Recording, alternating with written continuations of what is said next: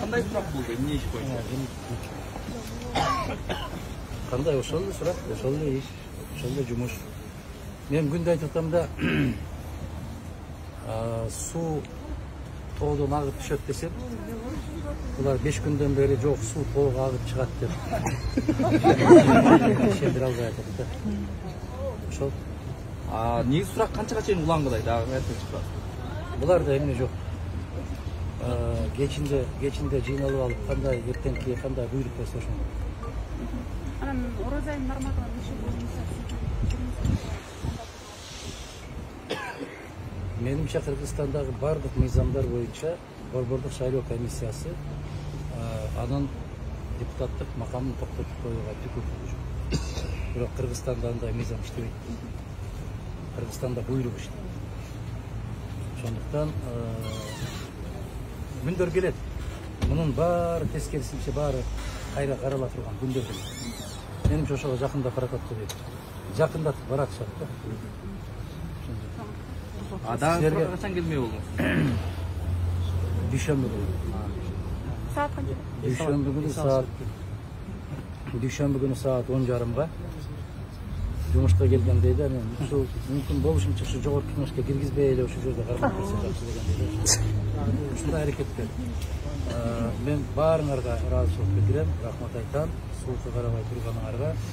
Жерден жанагындай кайрылуулар болду деп азыр менин коллегаларым айтып атат. Мыйзамдуулук деп келип ушул жерге келе атабыз дегендейлерге мен айтып коюшум керек. Терең ыраазычылык билдирүү менен бизди ар кандай иштер менен коркуталды. Биздин күрөшүбүзгө чекит так койдура албайт. Бизге жанагындай кылып жашабаган кишилерди ошол жерге алып барып сүйлөтүп аткандыгы тескерисинче ушунчалык элдин кыжырына тийип бүттү. Мен мындай бир жумшак катарында айттым.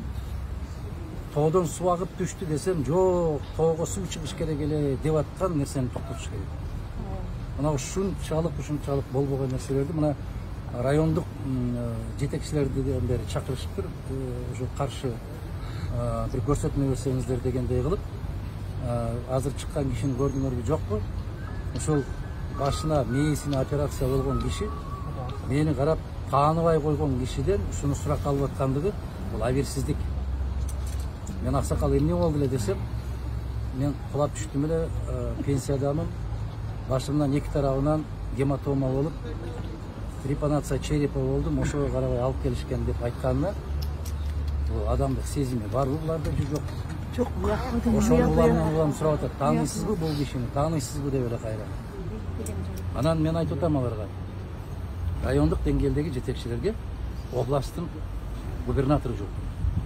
Райондук деңгээлдеги мына гос мамлекеттик каттоо деген кызматтарга Кыргызстандагы мамлекеттик агенттик жооп берет. Аларды райондон бул жакка сүйлөп келип кыйнаганыңарды токтотушуңар керек. Алардын мүмкүн кабарда болгон эместир. Комиссиянын мүчөсүнө киргизилип коюлган. Кимдин сунушу менен киргизилет? Областтын губернаторунун сунушу менен киргизилет. Алар үчүн областтын губернаторлору жооп берет. Анан эмне үчүн сиз бул кишини көргөн эмессиз, эмне үчүн бул кишиден сураган эмессиз дегендей маселе. Ал 20 киши комиссиянын курамында. Ал кишилерди сөзсүз ушундай бир тийиштүү иш-чараларды аткаруу үчүн чакырылат.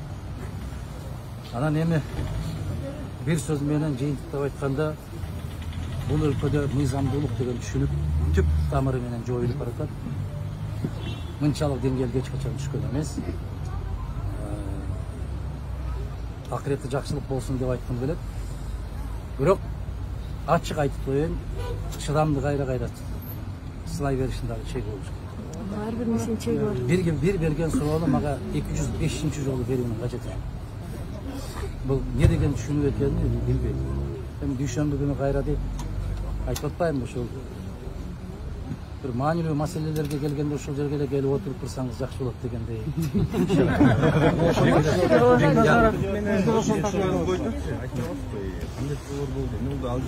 Бекназаров мырза айтты өзүнүн сөзүндө, бул жерде дагы айтты, менин көзүмчө да айтты. Балдар бышпаган казанга от жакканды токтотпойт. Туура айтат. Биринчиден, экинчиден бул ишиңер менен мен башкы прокурор баштап киши катарында айтып коюн, эч жака бара албайсың. Мындайча айтканда, кечеги эле Өмүрбек Чиркешевдин сөзү кайталады.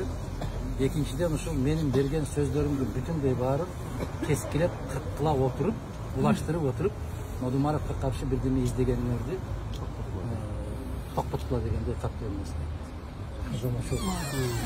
А кишинин пикири ушундай. Рахмат силерге. Кандай деп айтарымды билбейм. Кандай ыраазычылык айтарымды билбейм. Мына кече мына Лейлектен ошол Көкташта чыккан азаматтарга, ошол элелерге терең ыраазычылык билдирем.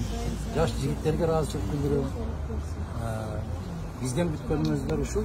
Биз чындык үчүн мен өткөндө айттым, акыркы дем калганча күрөшө беребиз. Рахмат. İşte verin.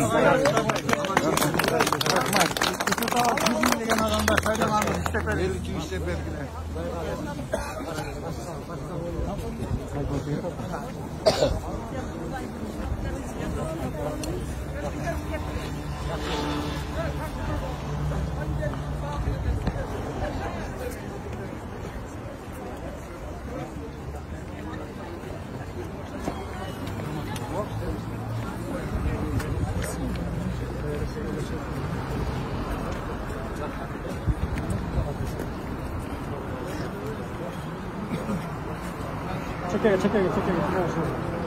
Yolga çıkma.